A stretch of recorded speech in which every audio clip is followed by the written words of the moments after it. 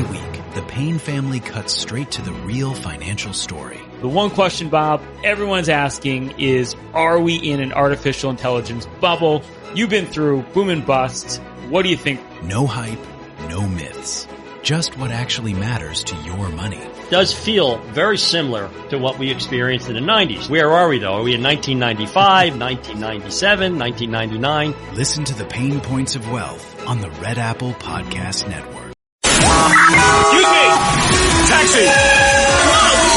This is the 77 WABC minicast. Everybody talking, of course, about Minneapolis and what's been happening there.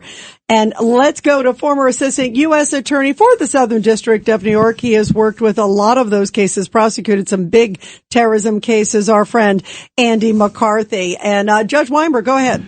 Andy, it's good to have you back on the show. So I'm reading the National Review today, and I keep reading your articles. I just want to ask you this question. If you were in the room at the White House and they were asking your advice, and you understand the difference between law enforcement and national security, and you understand the spinning narratives that are wrong on both sides about what's happening, what would you advise the Trump administration to do or not do?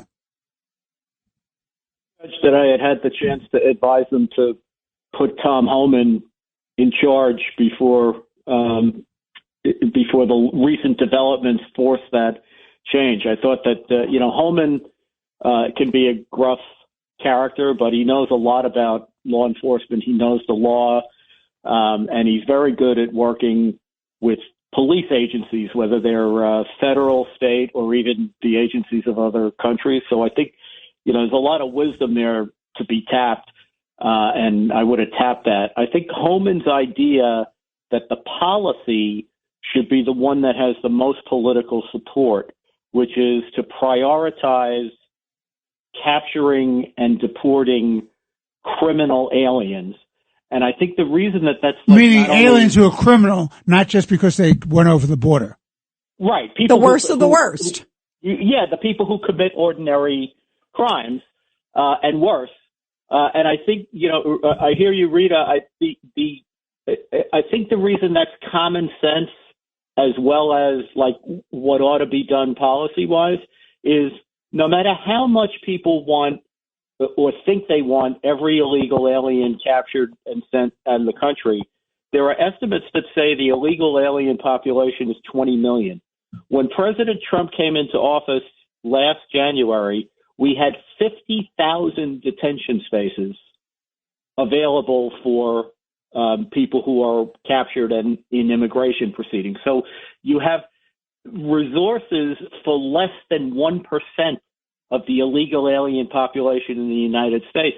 Since it's so sparse, I think you want to commit those resources to the worst people and leave the other people as they come up in the various ways that we all end up coming up into contact with the government one way or the other.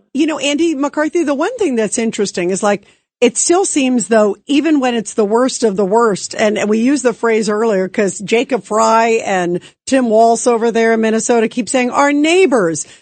Somebody will say, okay, well, here's this person that was arrested with, X rapes or a murder. I mean, some pretty obviously very serious crimes. And then they come back and say, we must protect our neighbors. So I don't know if they'll ever come to that place. I hope they do. Yeah, I think the problem with this, Rita, and I have to tell my friends who are on the same page as I am policy-wise in terms of what should be the policy here. I think I want strong immigration law enforcement just like everyone else does, or everyone, to my mind, sensible does, because of all the downstream bad consequences we get from flooding the country with illegal aliens. But I think what people have to remember is if you're dealing with even New York, but Minneapolis, Chicago, some of these other places where there's been surges, Portland, you have to remember that these sanctuary policies, even if we think they're insane, they didn't spontaneously appear. People in those cities elected progressive politicians who enacted these policies.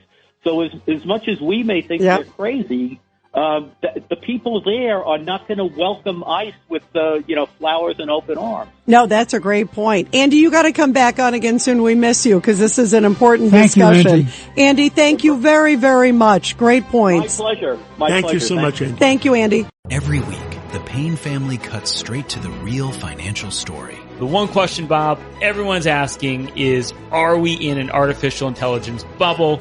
You've been through boom and bust. What do you think? No hype, no myths.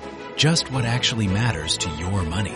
Does feel very similar to what we experienced in the 90s. Where are we, though? Are we in 1995, 1997, 1999? Listen to the Pain Points of Wealth on the Red Apple Podcast Network.